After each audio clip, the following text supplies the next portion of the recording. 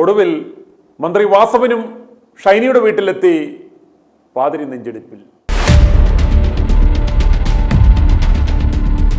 ഭർത്താവിൻ്റെയും വീട്ടുകാരുടെയും ക്രൂരമായ പീഡനം മൂലം കഴിഞ്ഞ വെള്ളിയാഴ്ച ട്രെയിന് മുന്നിൽ ചാടി ജീവനൊടുക്കിയ ഏറ്റുമാനൂർ 101 കവലയിലുള്ള പാറോലിക്കൽ ഷൈനി കുര്യാക്കോസിന്റെ വീട് ദുരന്തമുണ്ടായി 6 ദിനങ്ങൾക്ക് ശേഷം സ്ഥലം MLA-യും സംസ്ഥാന സഹകരണ രജിസ്ട്രേഷൻ വകുപ്പ് മന്ത്രിയും CPM സംസ്ഥാന സെക്രട്ടേറിയറ്റ് അംഗം കൂടിയായ VN വാസവൻ പരിവാരങ്ങളുമൊത്ത് സന്ദർശിച്ചു.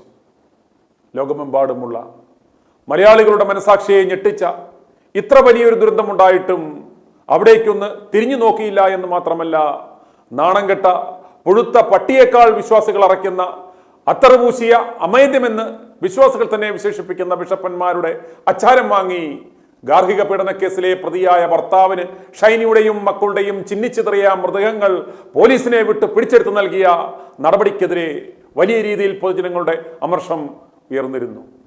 Thodupuzha judicial first class magistrate കോടതി 1 10/18/2024 കേസ് നമ്പറായി ട്രയൽ ആരംഭിച്ചിരുന്ന തൊടുപുഴ പോലീസ് സ്റ്റേഷനിൽ രജിസ്റ്റർ ചെയ്തിരുന്ന 1046/20 ക്രൈം നമ്പറായി FIR രജിസ്റ്റർ ചെയ്ത കേസിൽ പ്രതിയായ ഷൈനിയുടെ ഭർത്താവും ചുങ്കം ചേരിയിൽ വലിയപറമ്പിൽ നോബി ലൂക്കോസിനും അദ്ദേഹത്തിന്റെ കുടുംബാംഗങ്ങൾക്കെതിരെയും IPC 498, IPC 34 എന്നീ വകുപ്പുകൾ ചുമത്തി കേസ് രജിസ്റ്റർ ചെയ്ത വസ്തുത പോലും നോക്കാതെയാണ് ശ്രീ VN വാസവൻ സഭയുടെ നിർദ്ദേശപ്രകാരം മൃതദേഹം ഭർത്തൃവീട്ടുകാർക്ക് പോലീസിനെ ഉപയോഗിച്ച് പിടിച്ചെടുത്ത് നൽകിയത്.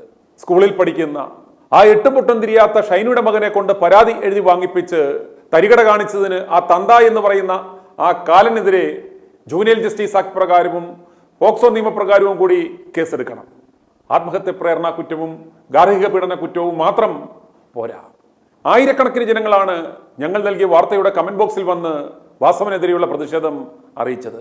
പോലീസിനെ ഉപയോഗിച്ച് നിങ്ങൾ ആ മൃതദേഹങ്ങൾ പിടിച്ചെടുത്തു കൊണ്ടുപോകുമ്പോൾ ഉയർന്നു കേട്ട ആ പൊളിച്ച തെറിവിളികൾ ഷൈനിയുടെ ഭർത്താവിന് മാത്രം അവകാശപ്പെട്ടതായിരുന്നില്ല മിസ്റ്റർ വാസവൻ, അത് നിങ്ങൾക്കും കൂടി അവകാശപ്പെട്ടതായിരുന്നു. ഒരു രാഷ്ട്രീയ പ്രവർത്തകൻ എന്ന നിലയിൽ VN വാസവൻ സഭയെ സഹായിക്കുന്നതിൽ യാതൊരു തെറ്റുമില്ല.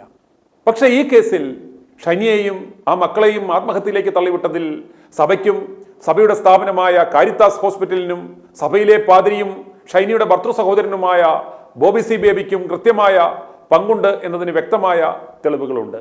ഷൈനിയുടെ തന്നെ പരാതിയിൽ FIR-ഉം ഉണ്ട്. ആ നായയെ അറസ്റ്റ് ചെയ്യുവാൻ ഇതിൽ കൂടുതൽ എന്ത് തെളിവുകളാണ് ഈ പോലീസിന് വേണ്ടത്?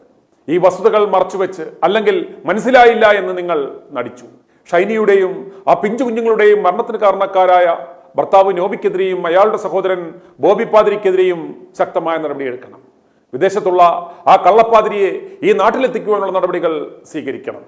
വൈകിയെങ്കിലും ഇനിയും അമാന്തിക്കരുതെന്നാണ് ഞങ്ങൾക്ക് ബഹുമാനപ്പെട്ട മന്ത്രിയോട് പറയുവാനുള്ളത്. ഈ കേസിൽ ഇവർ രക്ഷപ്പെട്ടാൽ, നടപടികൾ ലഘൂകരിക്കപ്പെട്ടാൽ അത് നിങ്ങളുടെയും ഇടതു സർക്കാരിൻ്റെയും സഹായം കൊണ്ട് മാത്രമാണെന്ന് ഞങ്ങൾ തിരിച്ചറിയും. താങ്കൾ ഒരു കാര്യം മനസ്സിലാക്കണം, ഇപ്പോൾ കാര്യങ്ങൾ പഴയതുപോലല്ല. അരമനയിലെ മെനകെട്ട ബിഷപ്പുമാരുടെ കക്ഷത്തിലല്ല വിശ്വാസികൾ എന്ന വോട്ട് ബാങ്ക് എന്ന് തിരിച്ചറിയണം. അവർ പറഞ്ഞാൽ ഇന്ന് വഴിയെ കൂടെ പോകുന്ന പട്ടികൾ പോലും കേൾക്കില്ല. ലോഹക്കാരന്മാർ രാഷ്ട്രീയമായി എന്തെങ്കിലും വിശ്വാസികളോട് പറഞ്ഞാൽ അത് അപ്പാടെ വിഴുങ്ങുന്ന ആ കാലം പോയി എന്ന് നിങ്ങളൊക്കെ മനസ്സിലാക്കണം. ഇത്തരം നരഹത്യകൾ ഉണ്ടാകുമ്പോൾ നിങ്ങൾ വേട്ടക്കാരന്മാരോടൊപ്പം നിന്നാൽ വിശ്വാസികൾ മാത്രമല്ല, ഇത് കണ്ട് ചങ്കുപൊട്ടിയിരിക്കുന്ന ലോകമെമ്പാടുമുള്ള സകല ജനങ്ങളും നിങ്ങൾക്കെതിരാകും എന്ന് മനസ്സിലാക്കുക. അടുത്ത തവണ അവർ നിങ്ങളെ കെട്ടിവെച്ച കാശ് പോലും കിട്ടാത്ത അവസ്ഥയിലെത്തിക്കും. ഇലക്ഷൻ ഫണ്ടിന് മെനക്കെട്ട അരമനകളിൽ നിന്ന് ആവശ്യത്തിന് മേടിക്കുക, യാതൊരു കുഴപ്പവുമില്ല. പക്ഷേ അതിൻ്റെ നന്ദി ഇതുപോലുള്ള പാവങ്ങളെ അടിച്ചമർത്തി കാണിക്കുവാൻ നോക്കരുത്. നിങ്ങളൽപ്പം ആത്മാർത്ഥത കാണിച്ചാൽ ഷൈനിയുടെ കൊലയാളികളായ ആ ഭർത്താവെന്ന നരാധമനെയും അവൻ്റെ സഹോദരനായ പാതിരിയെയും അറസ്റ്റ് ചെയ്ത് ജയിലിലടയ്ക്കാം. അപ്രകാരം ചെയ്താൽ നിങ്ങളുടെ മണ്ഡലത്തിൽ മാത്രമുള്ളവരുടെ അല്ല, ലോകമെമ്പാടുമുള്ള സകല മനസാക്ഷിയുള്ള ജനാധിപത്യ വിശ്വാസികളായ സകല മലയാളികളുടെയും പിന്തുണ നിങ്ങൾക്കും നിങ്ങളുടെ മനുഷ്യമുഖം നഷ്ടപ്പെട്ടുകൊണ്ടിരിക്കുന്ന ആ പാർട്ടിക്കും ലഭിക്കും. അല്പമല്ല, നന്നായി വൈകിയിട്ടുണ്ടെങ്കിലും ആ വീട്ടിൽ താങ്കൾ വന്നതിൽ ഞങ്ങൾക്കും അതിയായ സന്തോഷമുണ്ട്. ബിഷപ്പന്മാരുടെ ചെരുപ്പ് നക്കി തിരുവഞ്ചൂർ രാധാകൃഷ്ണനോ അരമന നിരങ്ങി VD സതീശനോ ന്യൂനപക്ഷ പ്രകടനവുമായി നടക്കുന്ന K സുരേന്ദ്രനോ BJP നേതാക്കന്മാരോ ആരും ആ അളിഞ്ഞ ബിഷപ്പന്മാർക്ക് തിരുവള്ളക്കേടുണ്ടാകും എന്ന് ഭയന്ന് ആ വീട്ടിൽ ഇതുവരെ ഒന്ന് വന്ന് അവരെ ആശ്വസിപ്പിക്കുകയോ ഒരു അന്വേഷണം വേണമെന്ന് അഭ്യർത്ഥിക്കുകയോ പോലും ചെയ്യാത്തടത്താണ് സ്ഥലം MLA എന്ന നിലയ്ക്ക് താങ്കൾക്കെതിരെ കടുത്ത വിമർശനം ഉണ്ടായിരുന്നിട്ടും അവിടെ എത്തി ഷൈനിയുടെ പിതാവിനെ സന്ദർശിക്കുകയും ആശ്വസിപ്പിക്കുകയും ഇപ്രകാരം ഒരു ഫേസ്ബുക്ക് പോസ്റ്റ് ഇടുകയും ചെയ്തത്.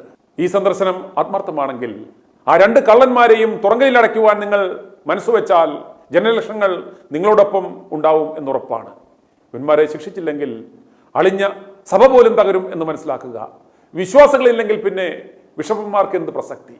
VN വാസവന്റെ ആ ഫേസ്ബുക്ക് പോസ്റ്റ് ഇപ്രകാരമായിരുന്നു. ഏറ്റുമാനൂർ പാറോലിക്കലിൽ അമ്മയും 2 പെൺമക്കളും ട്രെയിനിന് മുന്നിൽ ചാടി ആത്മഹത്യ ചെയ്ത സംഭവം അത്യന്തം വേദനാജനകമാണ്. ഷൈനി, മക്കളായ അലീന, ഇവാന എന്നിവരാണ് മരിച്ചത്.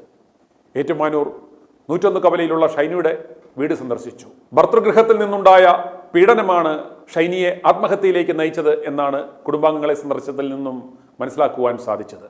അതിന്മേൽ ഉടൻ തന്നെ മേൽനടപടികൾ സ്വീകരിക്കുവാൻ ഏറ്റുമാനൂർ പോലീസിന് നിർദ്ദേശം നൽകി.